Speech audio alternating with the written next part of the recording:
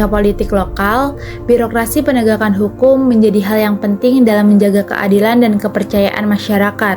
Sebagai lembaga penegak hukum di tingkat daerah, Kejaksaan Negeri Kabupaten Bogor tidak hanya menjalankan proses penuntutan, tetapi juga memastikan setiap perkara berjalan sesuai prosedur dan tetap menjunjung profesionalitas. Dalam praktiknya, tentu ada berbagai dinamika yang muncul, terutama ketika penegakan hukum bersinggungan dengan kepentingan politik lokal. Lalu, bagaimana sebenarnya dinamika birokrasi penegakan hukum berlangsung di Kejaksaan Negeri Kabupaten Bogor? Berikut hasil wawancara yang akan memberikan gambaran lebih jelas. Yuk, simak videonya.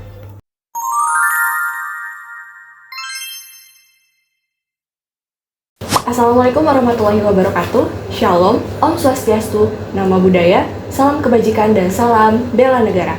Selamat datang di podcast kami. Perkenalkan, saya Nazwa Namira sebagai moderator dalam podcast kita kali ini. Pada pagi hari ini, saya berkesempatan untuk berbincang langsung dengan Kepala Subseksi Pra Penuntutan Bidang Tindak Pidana Umum, Bapak Michael. Selamat pagi, Bapak. Selamat pagi. Apa kabarnya, Pak? Baik. Alhamdulillah. Oke. Perbincangan kita pada pagi hari ini membahas bagaimana dinamika birokrasi penegakan hukum dalam politik lokal dengan studi kasus pada Kejaksaan Negeri Kabupaten Bogor. Tanpa perlu berlama-lama, langsung saja kita ke pertanyaan pertama. Sebelumnya, apakah Bapak sudah siap, Pak, dengan pertanyaan pertama? Siap. Oke, baik, Bapak. Jadi, bagaimana sih, Pak, pembagian tugas dan wewenang antar bidang dalam struktur organisasi Kejaksaan Negeri Kabupaten Bogor, khususnya dalam penanganan perkara pidana, Pak? Oke, kalau kita berbicara penanganan perkara pidana sendiri terbagi menjadi dua ya. Ada yang namanya pidana umum. Di kejaksaan ada yang namanya pidana umum, ada yang namanya pidana khusus. Apa itu pidana umum? Apa itu pidana khusus? Saya jelasin pidana khusus dulu karena lebih singkat. Siap. Pidana khusus pada intinya adalah tindak pidana korupsi, pajak. Nah, di luar daripada itu masuknya ke dalam bidang tindak pidana umum. Jadi kayak hal-hal yang sering kita ketahui sehari-hari seperti pencurian, penipuan dan seterusnya, itu masuknya pidana umum. Nah, selain daripada itu sendiri, di dalam kejaksaan sebenarnya ada beberapa bidang. Ada bidang pidana umum, pidana khusus, ada intelijen, ada perdata dan tata usaha negara maupun pembinaan. Pembinaan itu ya internal untuk kantor, intelijen itu untuk menopang seluruh bidang yang lainnya, kemudian Datun itu perdata dan tata usaha negara itu ya sebagai jaksa pengacara negara. Nah, balik lagi, berarti hanya yang fokus untuk pidana itu cuma dua, itu tadi, bidang tindak pidana umum sama bidang tindak pidana khusus. Gitu. Oke, baik. Bapak, langsung kita lanjut ke pertanyaan kedua ya, Pak. Bagaimana tahapan penanganan suatu perkara pidana di internal kejaksaan, mulai dari penerimaan berkas hingga pelaksanaan putusan, Pak?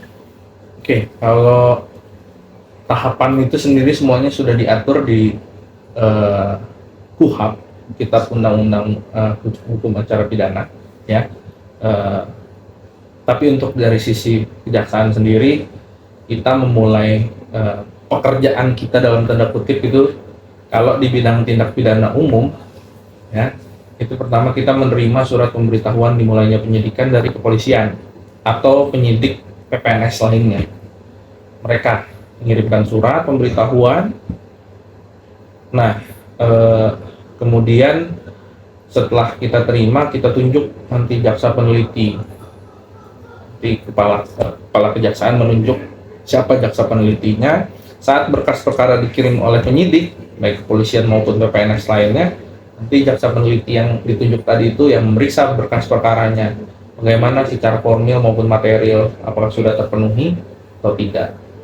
Namun dengan adanya dinamika di KUHP baru, ada yang namanya bentuk koordinasi sebelum berkas perkara masuk. Jadi gini, setelah SPDP dikirim, kita harus langsung koordinasi dengan penyidik. Koordinasinya bentuknya apa ya? Macam-macam. Ada mungkin kalau simpel perkaranya mungkin lewat Zoom aja cukup, atau mungkin harus kalau memang perkaranya agak pelik harus semacam apa ya? Semacam paparan terbuka rame-rame gitu. Baru dia Kalau sudah ada petunjuk di situ, disempurnakan oleh penyidik ke dalam berkas, kita tetap teliti. Kalau masih ada kekurangan, kita kembalikan dengan petunjuk. Atau kalau sudah lengkap, maka kita keluarkan surat P21. Nah, setelah P21 tadi, baru ada namanya tahap 2. Tahap 2 itu apa? Penyerahan barang bukti dan tersangkanya ke kejaksaan. Nah, setelah kita terima, kita limpahkan ke pengadilan, bersidang dari mulai sidang dakwaan, saksi, pemeriksaan terdakwa, tuntutan, putusan. Nah, setelah kita terima putusan dari pengadilan, petikan putusan dari pengadilan, maka kita lakukan eksekusi tadi itu. Nah, itu untuk pidana umum.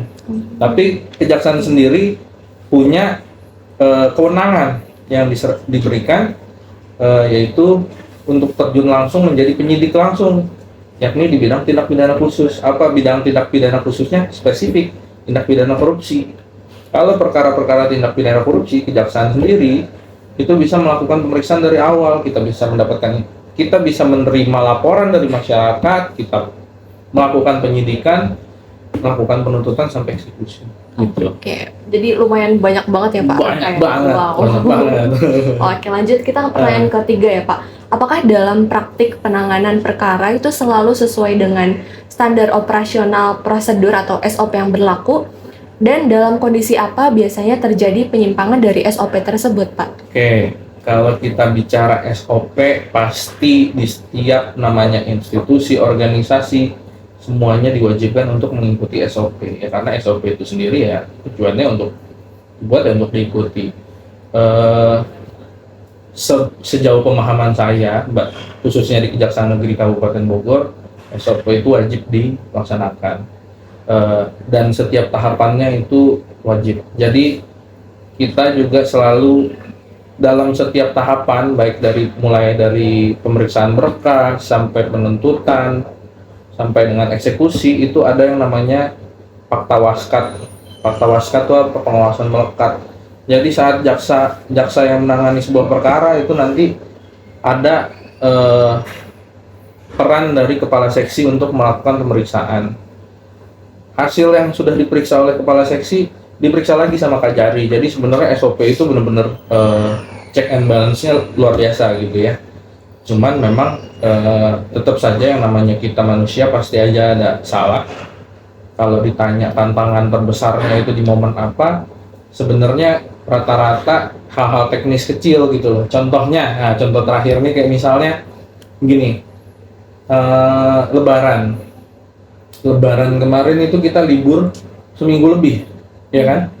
Libur seminggu lebih, sedangkan teman-teman kita yang penyidik khususnya kepolisian, ya mereka tetap masuk, mereka tetap kerja, nggak ada libur buat teman-teman kepolisian, sedangkan kejaksaan libur. Nah kadang-kadang tuh karena termakan waktu libur tadi itu, sehingga waktunya terpotong, harusnya bisa kita kerjakan selama masa itu, cuman karena libur ya mau gimana gitu, akhirnya ya ke skip ada aja begitu. Itu sih kurang lebih karena waktu sih. Oke, baik Bapak. Lanjut kita ke pertanyaan keempat ya teman-teman. Bagaimana sistem evaluasi kinerja jaksa dalam menangani perkara, serta aspek apa yang paling menentukan dalam penilaian tersebut itu Pak? Sistem evaluasi kinerja sebetulnya dalam perkara itu ada 2 jenis perkara. Satu jenis perkara yang ada korbannya, ya kan. Yang kedua ada perkara yang ya perbuatan melawan hukum aja, contohnya narkoba. Sebenarnya kalau dipikir korbannya mereka juga gitu kan, iya, cuman betul. Itu melawan hukum gitu. Sedangkan misalnya ada satu perkara yang ada korbannya. Nah, pada intinya adalah evaluasi kinerja ya semua pihak merasa puas gitu loh dalam penanganan perkara itu sendiri. Kalau yang ada korbannya, hukuman terhadap terdakwanya itu adil. Ya, begitu pula terdakwa merasa ya sudah memang itu yang dia lakukan kesalahan, ya itulah yang sesuai harus dia jalani gitu. Itu sih penilaian kinerjanya ya. Terus apa lagi tadi tuh? serta aspek apa yang paling menentukan gitu Pak? Itu kepuasan sih, Oh, tetap aja kepuasan. kepuasan rasa adil, walaupun di satu sisi saya harus bilang kita nggak bisa nyenengin semua orang gitu. Betul. Kadang kalau korban merasa adil, ya terdakwanya nggak merasa, oh ini berat banget, atau sebaliknya, ya begitulah. Itulah kenapa kita perlu pemahaman hukum yang lebih dalam bagi setiap masyarakat, karena sebetulnya paradigma KUHP dan KUHP sekarang ini sudah berubah gitu loh. Dari yang tadinya kita menghukum, sekarang kita tuh lebih ke restoratif gitu. Jadi harapannya yaitu semua orang merasa adil dan bisa menyesuaikan dengan cara aturan main yang terbaru, KUHP yang terbaru gitu. Oke, baik Bapak, kita lanjut ke pertanyaan kelima nih Pak. Bagaimana pendekatan yang digunakan dalam menangani perkara yang memiliki tingkat perhatian publik yang tinggi, baik dari sisi sosial maupun konteks tertentu yang berkembang di masyarakat? Oke, kalau perkara yang gini, pengawasan di kejaksaan itu sangat ketat ya. Kalau sudah ada perkara yang menarik perhatian publik, itu kita harus laporan, baik kita laporan terus ini ke Kejaksaan Tinggi maupun ke Kejaksaan Agung gitu loh, dipantau gitu, baik dari sisi hukumnya seperti apa sih, terus faktor teknisnya seperti apa, faktor non teknisnya seperti apa, itu semuanya tuh kita laporkan dan kita laporkan secara berjenjang gitu, sehingga bisa penanganan perkaranya itu menghasilkan output yang terbaik gitu kan, yang bisa ya tadi itu apa ada keadilan di situ gitu sih. Oke, baik Pak, kita lanjut ke pertanyaan ke-6 nih Pak. Bagaimana bentuk koordinasi antara kejaksaan dengan kepolisian dan juga pengadilan dalam penanganan perkara, serta kendala apa yang sering muncul dalam proses tersebut Pak? Oke, kalau namanya dunia hukum itu kadang yang menjadi masalah itu adalah tafsir gitu. Sebenarnya bagaimana seseorang memandang satu aturan hukum itu seperti apa, outputnya itu seperti apa, tafsir kadang itu yang menjadi perdebatan. Cuman dengan adanya KUHP dan KUHP baru sekarang semakin jelas, jadi penjelasannya lebih jelas, tidak lagi multitafsir gitu, sehingga koordinasi antara penyidik kepolisian dengan kejaksaan itu sangat erat sih, sudah sangat baik ya. Sedangkan kalau kita bicara dengan pengadilan, ya masing-masing institusi menjalankan perannya masing-masing. Jadi kalau pengadilan, ya kita nggak bisa juga kita bilang harus koordinasi dengan hakim, nggak boleh itu, karena dia independen gitu kan. Cuman setiap penetapan yang teman-teman hakim keluarkan pasti kita laksanakan. Nah itu mungkin di situ koordinasinya ada. Contohnya misalnya kalau lagi proses persidangan tahanan sakit gitu. Nah yang tahanan sakit itu memang tahanan itu posisinya kita titipkan di lembaga pemasyarakatan selama proses sidang. Cuman administrasi penahanannya ada di hakim, tetapi nggak mungkin hakim yang membawa ke rumah sakit. Nah mereka mengeluarkan penetapan, kita yang melaksanakan penetapan hakim itu ya. Mungkin koordinasinya di hal-hal seperti itu. Yang baik Pak, kita lanjut ke pertanyaan ke-7. Bagaimana kejaksaan menyampaikan informasi kepada masyarakat terkait perkembangan perkara, serta bagaimana prinsip transparansi dan akuntabilitas yang dijalankan? Oke, kalau transparansi dan akuntabilitas zaman sekarang itu saya rasa udah sangat mudah gitu ya. Kita sangat open untuk setiap elemen masyarakat menanyakan perkembangan perkara seperti apa ya. Khususnya kalau misalnya kalau ada pertanyaan-pertanyaan di sosial media kita, atau misalnya datang langsung ke kantor, pasti kita memberikan informasi ya. Cuman memang keterbatasannya adalah kalau contohnya tadi balik lagi ke pidana umum dan pidana khusus. Kalau kita bicara perkara pidana khusus, pasti kita batasi kalau masih proses penyidikan, nggak mungkin semua informasi kita keluarkan. Bahkan pidana umum juga pas kalau pidana umum mungkin kita akan informasikan setiap tahapannya gitu. Nah itu aja, cuma ada hal-hal yang memang harus tetap dikit nanti bisa dibuka, ada hal-hal yang bisa kita buka semua gitu. Oke, baik. Intinya kita siap untuk memberikan informasi kepada setiap orang yang mau bertanya. Oke, kita ke pertanyaan terakhir nih teman-teman. Dalam kondisi seperti apa sih Pak tekanan politik atau intervensi eksternal paling berpotensi mempengaruhi penanganan perkara? Dan bagaimana Kejaksaan Negeri Kabupaten Bogor merespons situasi tersebut? Kalau eksternal politik tentu gini, pada intinya kita ini penegakan hukum itu pada intinya adalah untuk menegakkan keadilan, ya. Kita tidak anti dengan tekanan politik atau intervensi. Saya nggak setuju sih dengan bahasa intervensi. Tetapi kalau ada informasi yang ingin disampaikan ke kita penegak hukum, ini loh bahwa di masyarakat mayoritas masyarakat merasa kalau seperti ini akan lebih adil.